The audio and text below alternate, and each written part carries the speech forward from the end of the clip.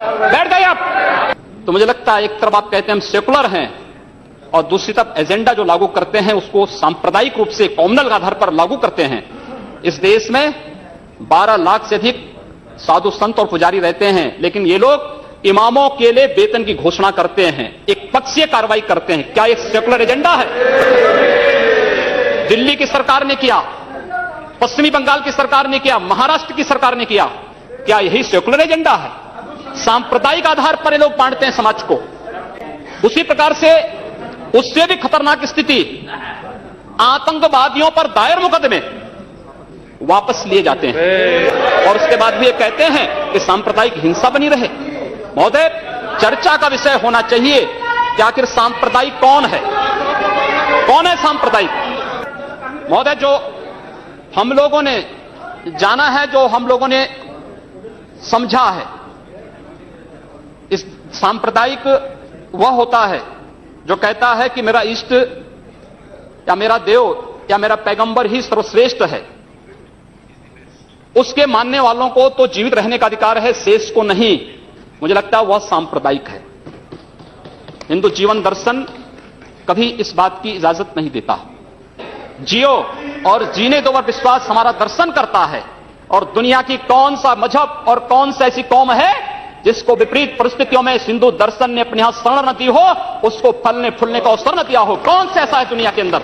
लेकिन आज जिस हिंदू दर्शन ने सबको शरण दी, सबको फलने फूलने का भरपूर अवसर दिया, आज जब उसी के खिलाफ षड्यंत्र होना प्रारंभ होता है तो उसे एकजुट होना तो पड़ेगा ही। और मुझे लगता है इन लोगों के कर्मों का फल है कि पूरे देश का हिंदू जनमानस आज इस बात के लिए तैयार हो रहा है कि उसके खिलाफ आज शासन तंत्र से जो षड्यंत्र हो रहे हैं उसका जवाब अपने स्तर पर देना ही पड़ेगा।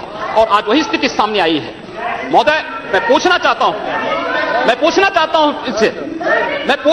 इन लोगों से, जब भारत का मुसलमान हज यात्रा करने के लिए जाता है, महोदय, जब हज यात्रा करने के लिए जाता है, उसकी पहचान कब भारतीय के नाम पर नहीं, पाकिस्तानी के नाम पर नहीं, बांग्लादेशी नाम पर नहीं, भारतीय उपमहाद्वीप का जो भी मुसलमान हज यात्रा करने के लिए जाता है उसकी पहचान हिंदू नाम पर होती है, उसकी पहचान भारतीय, पाकिस्तानी या बांग्लादेश के नाम पर नहीं।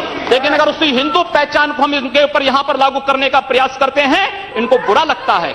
हिंदू सांप्रदायिकता नहीं, हिंदू राष्ट्रीयता का प्रतीक है और भारत की राष्ट्रीयता का प्रतीक हिंदुत्व को बदनाम करोगे, उसकी कीमत चुकानी पड़ेगी इन लोगों को। और इसलिए महोदय, मैं आप सबके आपके माध्यम से एक बार कहना चाहता हूं, महोदय, एक बार गुरुदेव रविंद्रनाथ टैगोर ने कहा था, गुरुदेव रविंद्रनाथ टैगोर ने एक बात कही थी।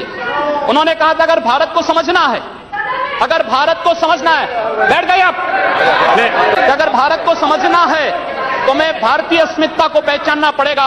और भारतीय अस्मिता को पहचानना है तो स्वामी विवेकानंद के बारे में आप जान लीजिए। स्वामी विवेकानंद ने एक बात कही थी कि गर्व से कहो हम हिंदू हैं। स्वामी विवेकानंद ने एक बात कही थी कि गर्व से कहो हम हिंदू हैं। स्वामी विवेकानंद तो सांप्रदायिक नहीं थे, स्वामी विवेकानंद तो किसी पार्टी के नहीं थे।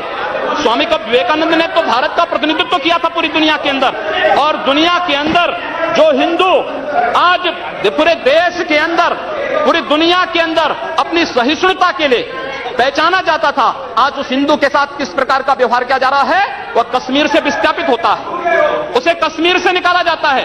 एक भी बार इस सदन में चर्चा नहीं होती है, इन लोगों का मुंह नहीं खुलता जब कश्मीर से 3.5 लाख की संख्या में कश्मीरी पंडित निकाले जाते हैं, तब ये लोग नहीं बोलते। पिछले 2012 में असम के अंदर 3 महीनों तक बोडो जनजाति के लोगों को मारा जाता रहा, कोई नहीं बोला। महोदय, कोई नहीं बोला। जम्मू कश्मीर के बाद जम्मू कश्मीर के हिंदुओं के मारने पर कश्मीरी पंडितों को उनके घरों से बेदखल कर दिया गया, एक भी बार ये लोग बोले नहीं, इनको पीड़ा नहीं हुई। दुनिया के अंदर ये अपने आप में बिरला उदाहरण था जहां पर अपने ही देश में अपने ही जानने वाले लोग विस्थापित होकर के खाना बदोश की जिंदगी जी रहे हैं। उस शर्मनाक घटना की निंदा एक भी बार इन लोगों ने नहीं की। मुंबई के दंगों पर ये लोग मौन रहे।